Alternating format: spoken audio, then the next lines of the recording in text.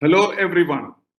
Welcome to Tea with TPS, informal conversations with thought leaders of India and the world. Today, our distinguished guest is Lakshmi Krishnakumar. She can be described in many ways. Today, she is with us as a Shakespeare expert or a Shakespeare researcher. But she does many things. And to me, she looks like an eternal student because she is always studying something new, doing something new, engaged in some new activities, sometimes not very well connected with each other. So she will probably explain to us why it's all like that. But I know her as someone who was a journalist, maybe BBC and others. She has been interested in plays, interested in social service, working a lot on poetry. And then she started this education on Shakespeare.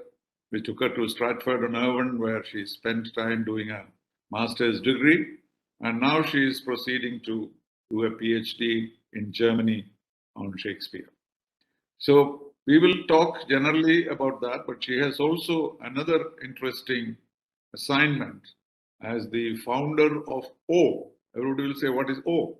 She will explain that, I suppose. And that is a multicultural effort to build bridges among cultures, among generations, among civilizations. A very unique venture.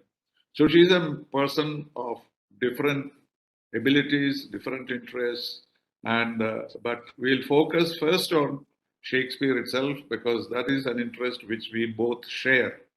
Because I've been very passionate about Shakespeare all my student life, though I was not so much involved in it afterwards. But still, for me, Shakespeare is part of my life because I see it influencing me in many ways. Whether I'm writing on the world order or world disorder, or I'm writing about life, I'm writing about love, Shakespeare comes up somehow. And many times my ignorance on certain aspects I cover up with Shakespearean quotes. So I cannot forget Shakespeare as a figure, not only as a literary figure, but also a visionary, a man with encyclopedic knowledge of history. And so that raises the question of who was he and all that we will ask Lakshmi to tell us. So Lakshmi, well, I have inadequately described your interests and passions, but you could tell us your journey so far. How have you come up to this of doing a research on Shakespeare for a PhD? Lakshmi. Surely. Thank you so much for inviting me here. And it's always a pleasure to talk to you. And we do share common interest in Shakespeare and poetry, of course, as well. So my career, and you've said this already, I'm going to give a very short version. We first met in Durban, and I was a journalist then covering foreign affairs. I don't remember the year. That is your diaspora dimension of your personality. Yes. I wanted to be a journalist, of course, but I suppose I have seen things in my time as a journalist that didn't quite line up with my idea of what journalism meant. So I knew for a long time that I wanted to quit and return to literature. My undergrad degree. Yes? Yeah. Okay, go ahead. Yeah. My undergrad degree is in English literature, and but you will know this because you've also worked in education, that in the effort to decolonize curriculum and of English language teaching, a lot of the English writers we were excluded from the curriculum to a great extent, and Shakespeare was one. So when I was doing my undergrad degree, it was just one play that we had, that was Othello, and not anything more. And when I asked my professor, I was told that it's because of the effort to decolonize curriculum. So anyhow, so I have always liked Shakespeare. I wanted to do Shakespeare, but generally I had a theatre dream from when I was a child, I could say, but the course to its realization is still rough and progressively challenging. Kathakali, much unlike the theatre form I'm pursuing, was my first exposure to any form of theatre. Oh, that's interesting. That means Kathakali and Shakespeare. How do you link that? Are there many features in Kathakali which remind you of Shakespeare or techniques? Not exactly, but when I was in Stratford, there were things which I discovered as a student that when in the early modern days, when theatre was performed, actors did have hand gestures back then, which in Kathakali or dance forms in India you call mudras. But anyhow, that was something which I got to know later. But this Kathakali interested me, and I did like Indian dances and dance forms. And these were part of growing up. And so was Shakespearean literature, which my mother delved deep into and often narrated excerpts, which would be, say, child-friendly at the time, because, you know, the emotions are today that's very... Universal. I read Shakespearean stories to my grandchildren. You may wonder why. In fact, some people raised objections when I was telling the story of Othello, for example. He said, "Why are you telling these children these kind of stories?" But the way they get so much engrossed in it, and they want to hear more and more. So I didn't use Shakespeare's own plays, but Charles Dickens, Lamb's stories from Shakespeare, delightful for children. Anyway. Yes, yes. So I did find it very interesting as well. But I grew up in Oman. My father was working there. And so I didn't have a theatre experience, Shakespeare theatre experience in Oman. But of course, the performances we could access were these BBC production VHS tapes back then from the video lab. Even long playing records were available of Shakespeare, right? Yes. But and then only the audio. Yes, and school plays. These were my, I would say, my earliest exposure. So you didn't participate in any play, Shakespearean play? In school, yes, we did. I was Desdemona once in Shakespeare, Othello as a little boy. And that's quite right, because in early modern England, all the actors were male actors. Right. They much like, again, the similarity. Yes. Or kabuki, yeah.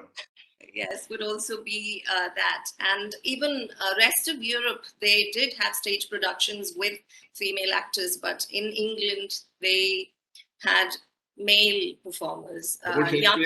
Shakespeare's days, no female performances? No female performers.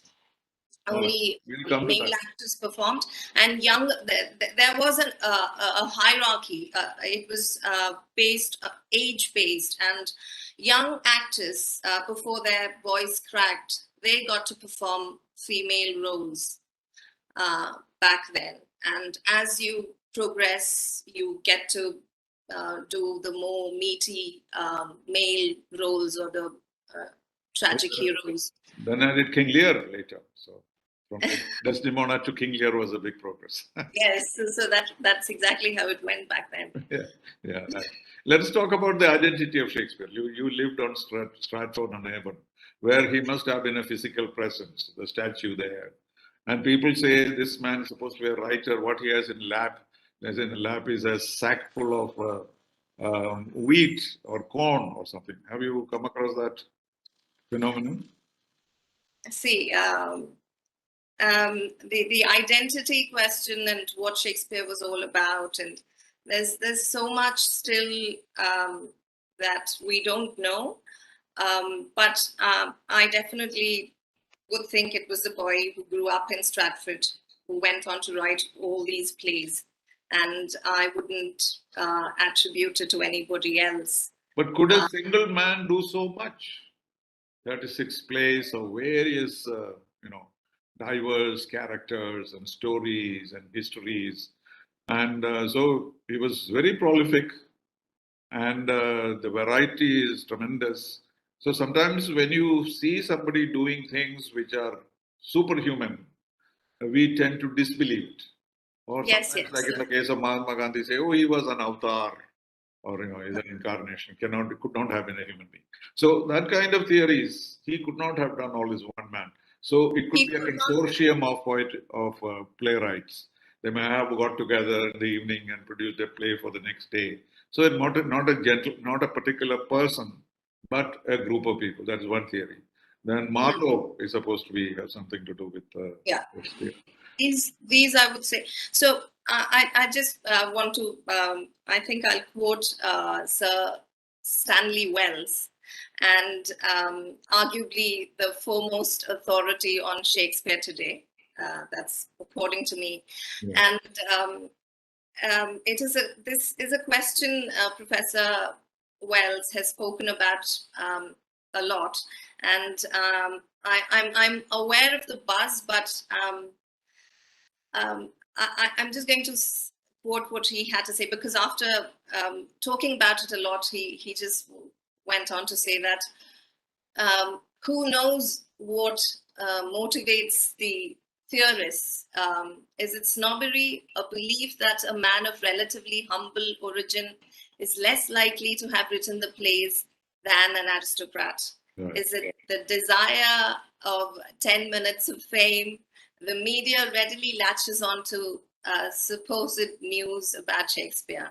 Or is it mere eccentricity bordering on mental instability? So this is what I was quoting Stanley here. So he's not precise about anything. He doesn't endorse any particular theory. Is it? No, he has gone on to say that these are written by Shakespeare, and there are collaborations, but not the 36 plays, but others.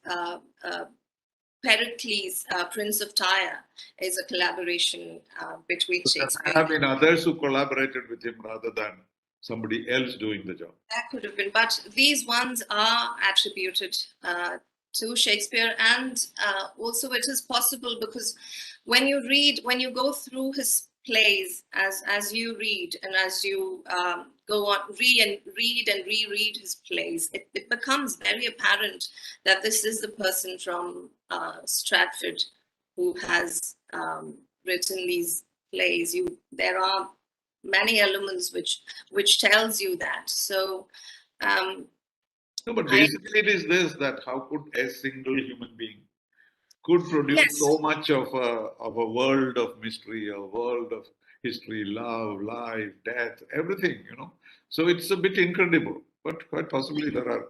I mean, if you take Veda Vyasa or if you take, Valmiki, you will find the same thing there.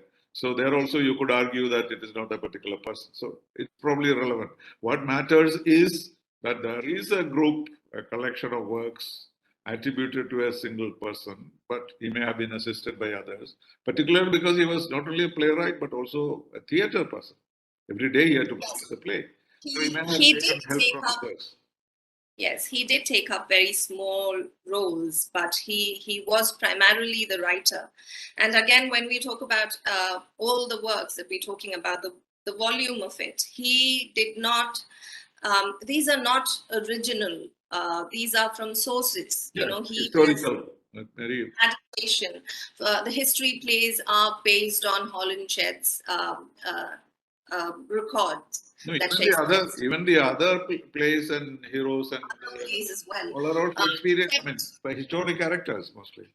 Yes, so these are all plays that he did. It wasn't as if he came up with all of these things. These were better told by him. When I have researched some of the plays, when I had to go back to the sources, and when I looked at Shakespeare's writing and the sources, there is a definite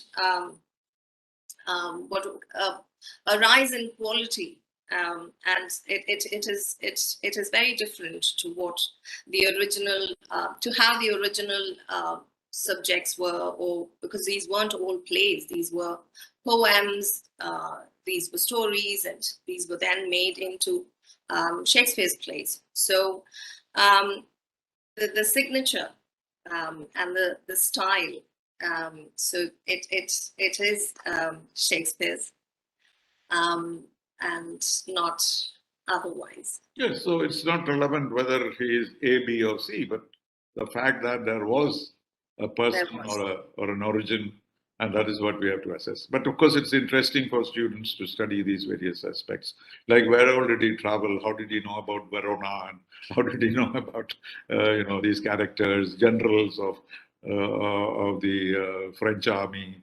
So that the knowledge is so encyclopedic that it's very difficult for people to understand. And talking about its relevance, of course, there is no need to talk because we live in Shakespeare's life, Shakespeare even today. Because whenever something, like for example, the title of this conversation, I immediately thought of All the World is a Stage. What else could we think of? And of course, it goes on to say different things about what men are doing and the women are doing, etc., etc. And then if you take that as a definition, that all the world is a stage and we are mere actors, it explains everything. So similarly, and that's why somebody said, you must have heard, somebody asked, what is this, Hamlet? Then the answer was, it's a book of quotations. Because every sentence from Hamlet can be, used in a particular context to explain that particular situation so aptly and correctly. So that universality of the theme, not only of the theme, but also relevance of what he said in the 16th century being so relevant today. Like, for example, when the epidemic broke out, COVID-19, the first article I wrote, I quoted that famous lines, like wanton boys, like flies to wanton boys are we to the gods.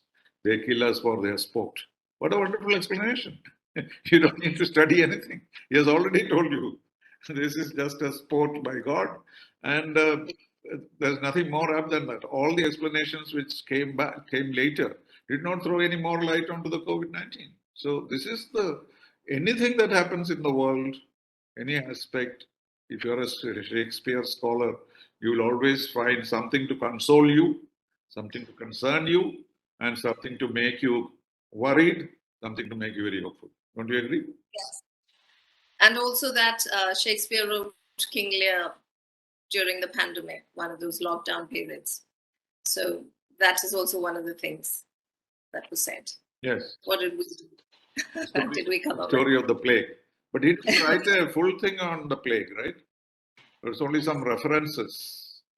King Lear, yes. Yeah, that sort of thing. So it's not, he didn't seem to be preoccupied with it in any way. Otherwise, he could have written a whole play on the plague. And the relevance in India, of course, it is understandable because, English education, Shakespeare became part of. And also, generally, like you just mentioned, the universality, and this. This is something I'm exceedingly interested in, the universality. And my research took me there when to Germany because I was interested in this. Poetry with sonorous tones of emotion and individualism. Themes. These are themes central to the Romantic movement, and the German poet Friedrich Schlegel. He is given the credit for first using the term romantic to describe that literature, and he defined it as literature depicting emotional matter in an imaginative form. And isn't that exactly what you will see in Shakespeare's work, his writing? So Romanticism in Germany found inspiration in Shakespeare, and we know that. And when England caught up with the movement, English writers were, of course, part of the movement. Wordsworth or Coleridge, Byron, Shelley, Keats, and all of these. So the Romantic movement was influenced by Shakespeare, and then even today, much later, we do identify with a lot of the themes and emotions expressed there. It's timeless, and again, in different cultures, and like you very well put in the beginning, in the introduction, that it's very relatable to a lot of different people, cultures, communities. The subjects and the plays reveal different things to different cultures and people, and also why the interlingual or international Shakespeare exists, and his plays are still being produced as plays and movies. And we did talk about Germany, but Japan has also made Shakespeare their own, and they do perform a lot of Shakespeare. They have a lot of literature coming out on Shakespeare. Yes, wherever I have been, Austria, for example, Yes. and also the fact that Shakespearean plays are these days performed in contemporary costume is rather interesting, isn't it? Hamlet comes in a full regular suit, and that doesn't change anything, because what he says looks as natural in a Western suit as in a medieval kind of clothes. So, and it can be completely related to, it's like a Ramayana story, for example. You can do it in a modern story without the tails for the monkeys, and still carry on the message. Still carry on. Yes, in India as well, we keep seeing there are so many films that were made in the past are being made today, and I think the recent one, I don't know, correct me if I'm wrong, what I saw was a Malayalam film, Georgie, which was an adaptation of Macbeth. Oh. So these, it's always there. It's going to be around, and I think it's relevant that you've asked me to speak on Shakespeare. So it shows how relevant Shakespeare is. And people are knowledgeable too. It's not that there is considerable expertise in this. Yes. And at least when I was in the university, there was considerable amount of importance to Shakespeare. We had to do 4 plays, what is called the detailed study, and the general knowledge of other plays. And for the civil service examination, what used to frighten me was that general awareness of all the 36 plays and the sonnets. I have not read all of them, so I used to have these nightmares. Suppose there is a question from Troilus and Cressida, what do I do? But it did not happen. All the questions were from plays which I already knew. So anyway, that fear was there, but how could anyone know everything about all? Yeah, and he can't be owned because all his plays did not have just English characters and English imageries or scenes. He had from Greek, Italian, and he talks about Cleopatra. There's Caliban and Tempest. So he was multicultural as well. So people read news stories looking at Caliban and say this is about slavery, or there was. So, it would be a window to colonization, the exploitation, and it can be very. It demonstrates in Caliban's character how Caliban is made a slave. He's turned into a slave, and Prospero comes over there, and he. Yes, that's a very obvious reference, to colonization. It is, and also why it should be part of the curriculum. Instead of rejecting it, it should be part of the curriculum, because it wasn't. Prospero is a villain, is not a hero in the Tempest. So all the more reason, I would think. No, but then of course here anybody can pick up anything that you like. There is so much of material available, and you can draw on them and interpret the way you want to project something. And that is not only the universality, also contemporaneity of the situation. So, you have a quote for everything, and a story which comes back to your mind when you face your own, trials and tribulations. So that is something really remarkable. You mentioned a little bit about the imagery in Shakespeare. Is there something you can tell us about something unique about that his imagery was mixed. It could be from Greek mythology, it could be from history. Nothing much from Indian Upanishads or Vedas, unfortunately. No.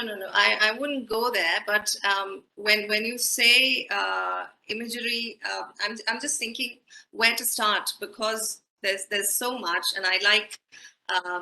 I just that's why it is so beautiful that again the writing form, and I emphasize on the importance of verse poetry, because he wrote in verse. Of course, he wrote in prose as well, but mainly in verse, and it is something that keeps on giving.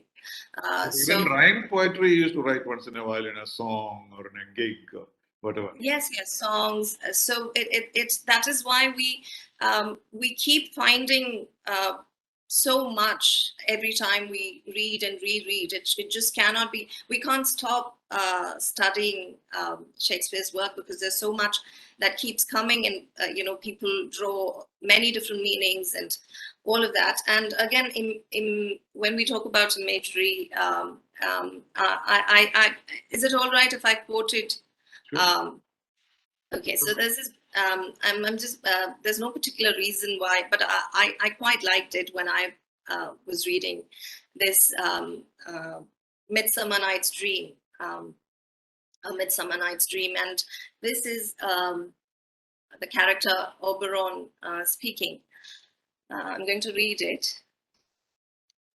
I know a bank where the wild thyme blows, where oxlips and the nodding violet grows, quiet, over-canopied with luscious woodbine, with sweet musk roses and with eglantine, there sleeps Titania some time of the night, lulled in these flowers with dances and delight. And there the snake throws her enameled skin, weed wide enough to wrap a fairy in. Now,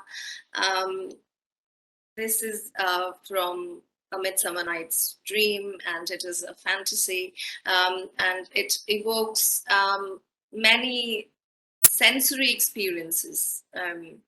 If you relate to that, it brings to us the touches of smell, sight. In this particular part of the bit that I read, you can imagine all that: sight, touch, sound, and emotions as well. So in just those few lines, there's so much that's communicated. And if I could pick another, if I'm not boring you. It's always fascinating to hear. Go ahead. So this is from Othello. And this is Othello saying, "It gives me wonder. Great is my content to see you here before me. O soul's joy, if after every tempest come such calms, may the winds blow till they have wakened death, and let the laboring bark climb hills of seas, Olympus high, and duck again as low as hells from heaven. If it were now to die, it were now to be most happy, for I fear my soul hath her content so absolute that not another comfort like to this succeeds in unknown fate." So Right. this is him. So he's as good in describing a woman or love as in describing death. Yes, To be and the sea. not to be is the biggest, everyone's lips.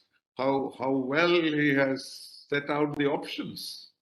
And, Yes, and these lines are, when he sees Desdemona, when he returns from the sea, and he paints such a beautiful picture of the sea, of its roughness, of its enormous waves, which can toss even the mightiest of ships, which he talks about, from frighteningly high-rising waves, like in these lines he says, to its quick and slamming fall. And so these lines, and let the laboring bark climb hills of seas, Olympus high, and duck again as low as hells from heaven. So it is. I think I'm getting overexcited, but it's such a wonderful uh, image as you read it, and And Lear's description of the universe, the whole horror of the wind and the storms, yes, getting it onto yes, him, yes. it's Into the amazing. storm. Yeah, Yes, absolutely. That storm scene is yes, amazing. of And course. talking about women, he has the most horrible of women, like Lady Macbeth on the one hand and Ophelia on the other. What variety. Yes, Maybe Desdemona yes, somewhere in the middle. So very innocent, sweet, young little things, and to Lady Macbeth, who is able to justify every evil that she does. yes. Or you have Hamlet's stepmother, his mother, yes, His mother, his yeah, mother. and all these. So every kind of good and evil you find in Shakespeare's characters. How about humor? Yes. How about humor? Were you struck by that? So much it is there. That is why with some productions of or adaptations, when you see when it is so dark, the productions could be treated with some filters in terms of making it so dark, like the picture itself. You tend to think that when you read Shakespeare, it is just like life is. You have the grim bits, you have the laugh, you have all of those things. It's just unfair to just make it so dark sometimes. So humor is there, even in his tragedies, his history plays, his comedies also have tragic bits in it. So it's just and he didn't define all of these. It's the scholars who came later and boxed them in these genres. So there's plenty of humor.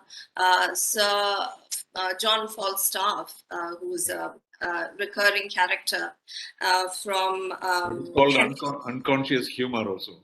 Yes, People yes, behaving in such a way that they provide humor without knowing. yes. So he's in so many of them. He's in four of these plays. The same character. It's a brilliant character.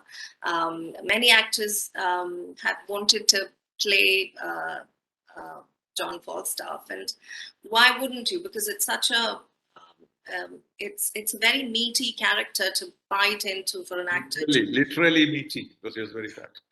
He was very fat. Yes, he described as a very fat, drunk person. I also like Malvolio. Yes, The man. He makes me laugh all the time. yes, yes. Some of the things that we do as young people, we do more stupid things than Malvolio has done. So, True, true, true. the women characters, and of course, the tragic heroes are the most colorful of Shakespeare's characters, particularly those four heroes of the four major tragedies, where the tragic flaw is highlighted. Is that a real thing that he had tried to project, or is it something that scholars have made out? No, I would think it is again scholarly because, or it could have. So the thing is, if you look at Shakespeare's character or any stories as such, it's kept quite realistic in the sense that okay, a tragic flaw, of course, it comes from the Greek um, um, um, school of thoughts. It's from Aristotle's But he Poetics. followed the pattern of Greek plays also, isn't it? Some of those things came from there.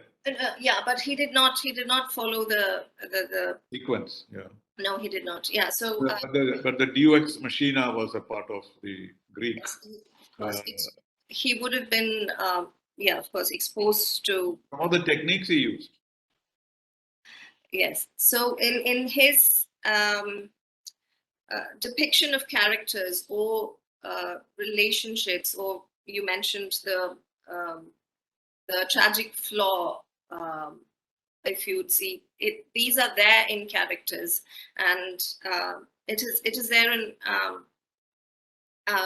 Romeo's for being impulsive and doing something without thinking, and that just sees how things end up so badly for the star-crossed lovers. And again, when you talk about female characters, Juliet, she takes charge. She's not someone who's submissive, or she's not someone not like Ophelia.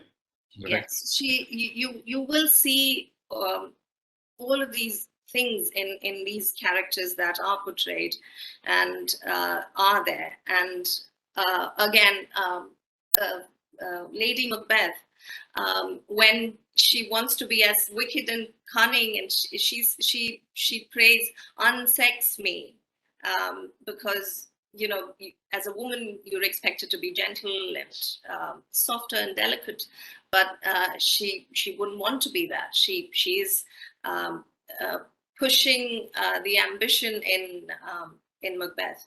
So, but again, it turns out that she's dealing with something so sinister and so grim that she kills herself. She cannot deal with it. So these are very human, isn't it?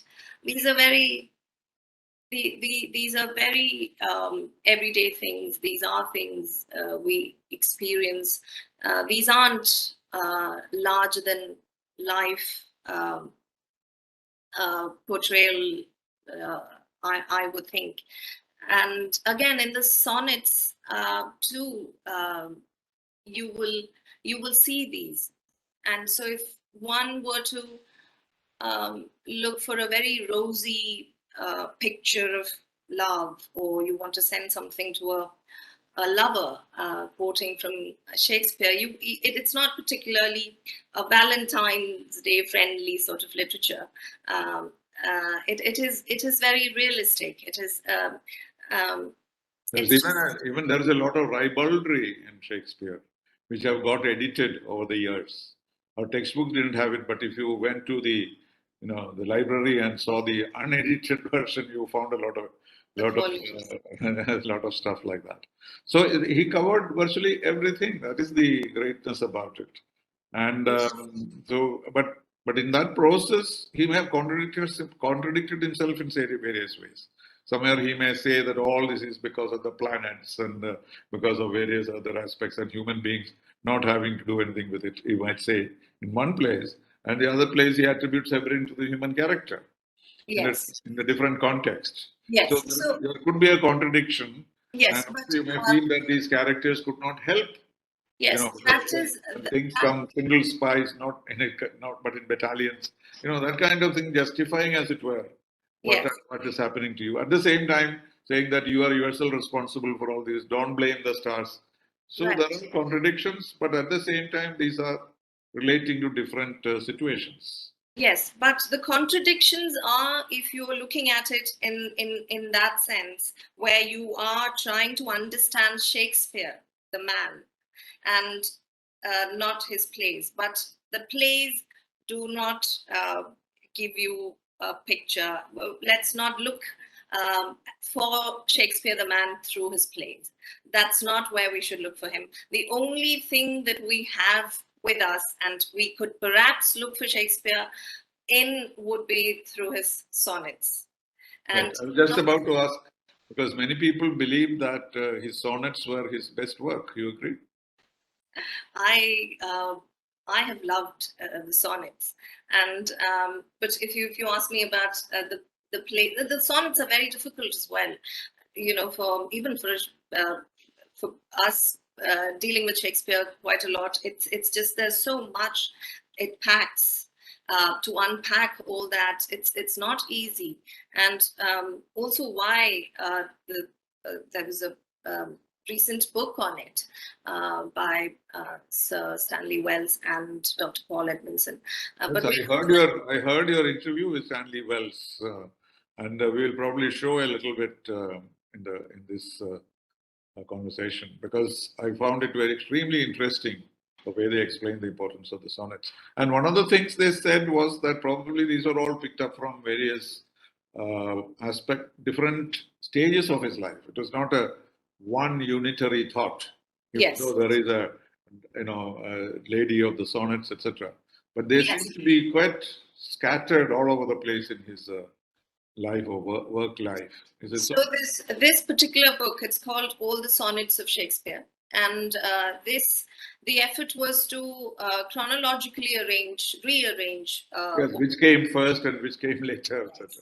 Because it's not numbered accordingly. Yeah. No, and what they've done is, instead of the 154 sonnets from 1609, when it was first published, to this version, it has 182 sonnets, and that would include sonnets from all his plays, as well as from the Passionate Pilgrim, where some of the poems were attributed to Shakespeare. So, what is the definition of a sonnet? What would you call a sonnet? I don't know.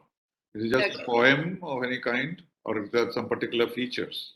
No, sonnet is a 14 line poem, and it comes from it is Italian. The origins is Italian, and in English writing, you would have two types of sonnets. One is called Shakespearean sonnets, but only because he's made it very popular. Shakespeare's made it very popular, and you'd also have Spenserian sonnets. Now, Shakespeare's sonnets, he wrote in iambic pentameter, mainly his preferred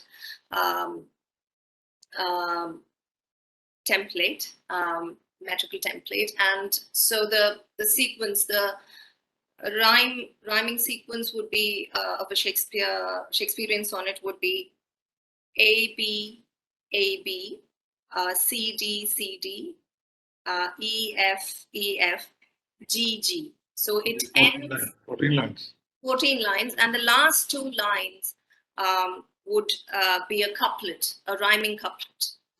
So that is how. But a Spenserian sonnet would, on the other hand, be A B A B, then B C B C, then C D C D, then E E. Okay. So that is a rhyming structure. There is an established structure. Like say for haiku, it has to be only so many syllables and things like that. So yeah, there are very, very, very interesting sonnets. These cover race, sexuality, emotions, relationships, the theme of time, and all of these things. And so to be autobiographical too, right? Yes. So because we aren't still sure if these were published by Shakespeare, if he wanted these published, these could have been acquired by some means and then published as Shakespeare's sonnets. So that kind of mystery remains about all that Shakespeare has done, because it is. Yeah, because these. That's very difficult to trace each one of these. But a lot of work has been done. Maybe one writer on which research has been done the most would be Shakespeare, you think? Yes, because he's still so it followed very much, and he's actually covers the globe more or less, and there's this very keen and rising interest, and also it intrigues, and there's so much ambiguity that people would, I think, continue to do so for years and years to come. I think. I don't think we'll put. Okay, we'll conclude our conversation on Shakespeare there by playing your conversation with Stanley Wells, and then we go on to O, which is your current preoccupation or obsession, shall we say, and tell us what you are trying to do with O and why O. Okay, so you know this. When I was in Stratford, I did get commissioned to direct a play for the international conference in Kerala, in Calicut, for the international gender conference happening in Calicut. And the initial plan was to direct a Shakespearean play.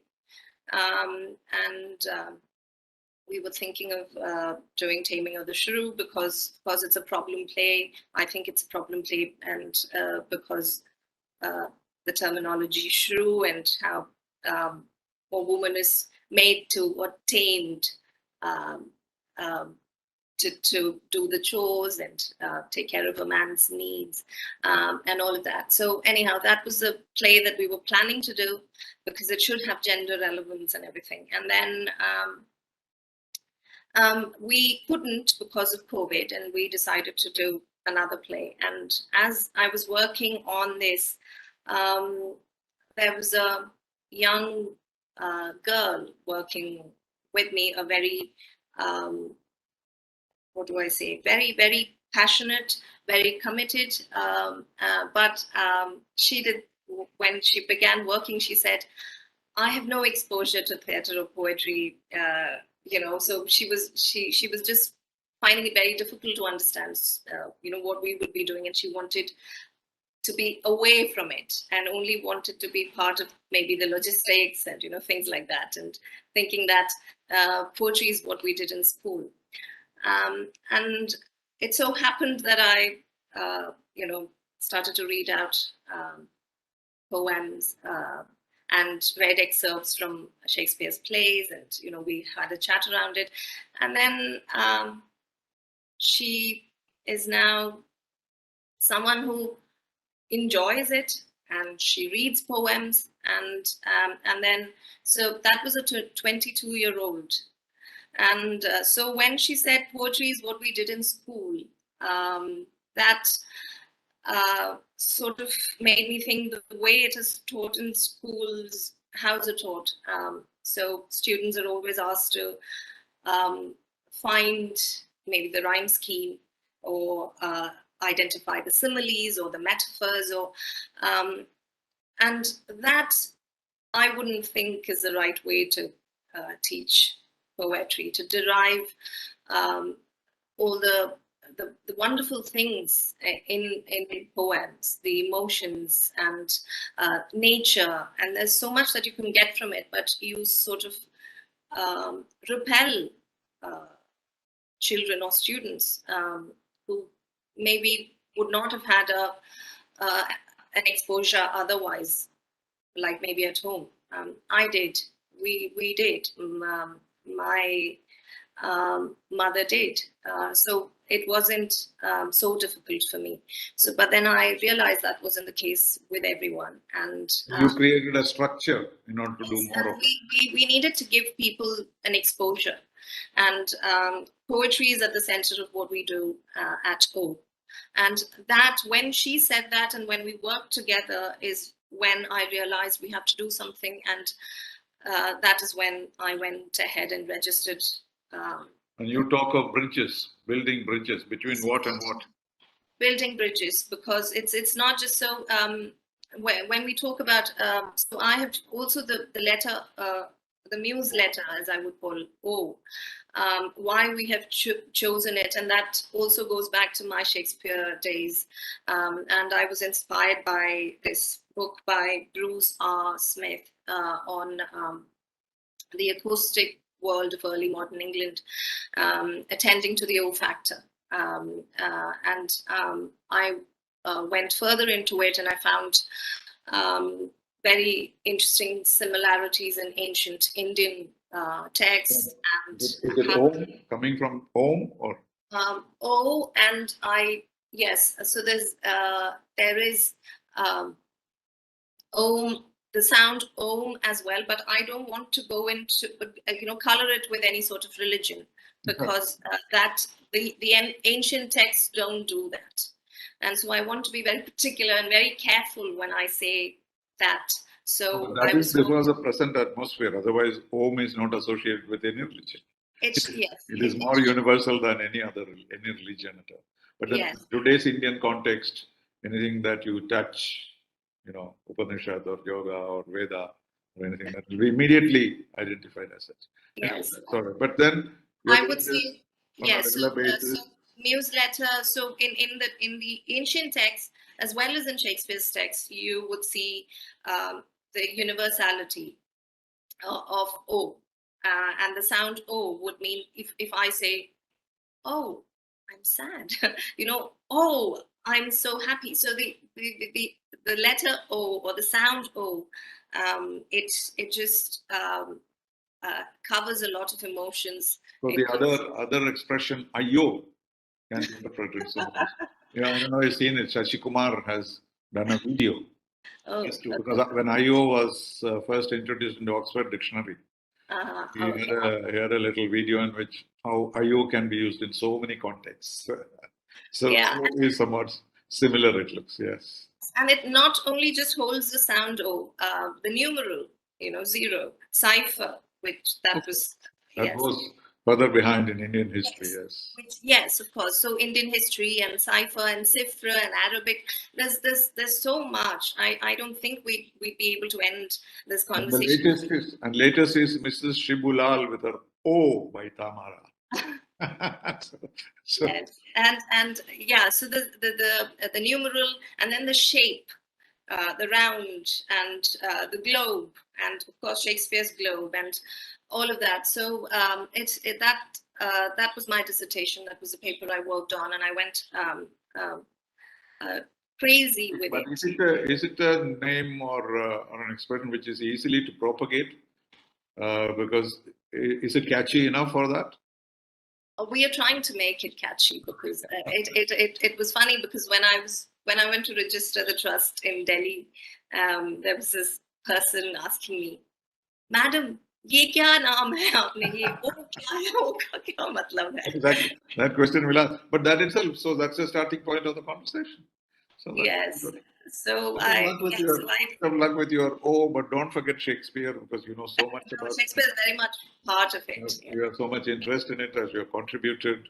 It's always a pleasure to speak to you on literature and Shakespeare and very many other things. So thank you very much for sparing a few moments to talk to me on Tea with GPS.